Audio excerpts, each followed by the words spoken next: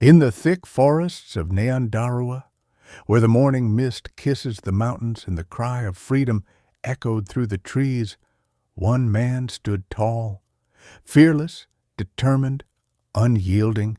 His name? Dedan Kimathi Wachuri, the man who dared to challenge the mighty British Empire and ignited a flame that would never be extinguished. Dedan Kimathi was born in 1920 in a small village called Tetu in Nyeri, Kenya. He grew up in a world where the British ruled everything: the land, the economy, even the lives of Africans. His people were forced to work on European farms, paid little, treated worse. But Kimathi was different. He was clever, outspoken, and rebellious even as a boy. At school, he questioned authority and challenged injustice. He believed that no man should live as a slave in his own land.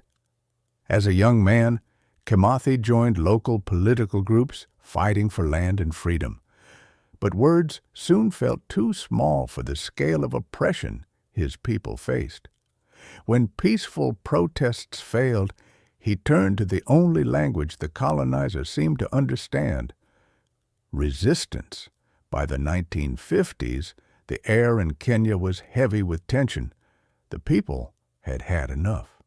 Across the country, whispers of rebellion grew louder, whispers that would become the Mau Mau uprising. The Mau Mau wasn't just an army, it was a movement of ordinary men and women who refused to bow. Farmers, laborers, mothers, sons, united under a single oath to drive the British from Kenyan soil, and at the heart of this movement stood Dedan Kimathi, the man who would become Field Marshal. In the dark, dense forests of the Aberdaras, Kimathi led his fighters with unmatched courage, armed with little more than old rifles and unshakable belief. They fought a guerrilla war against one of the most powerful empires in history. The British called them terrorists, but to the people, they were heroes, freedom fighters who risked everything for Kenya's independence. Kimathi's leadership went beyond battle strategy. He organized supply lines, held secret meetings, and inspired unity through spiritual and traditional oaths. He even wrote letters and manifestos demanding justice, education, and dignity for Africans to his men. He wasn't just a commander. He was a symbol of courage and faith.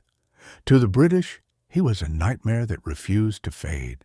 But every fire, no matter how bright, faces the wind.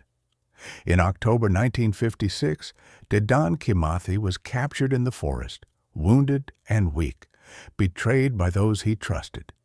He was taken to Nyeri, tried in a colonial court, and sentenced to death, even in chains. Kimathi stood tall.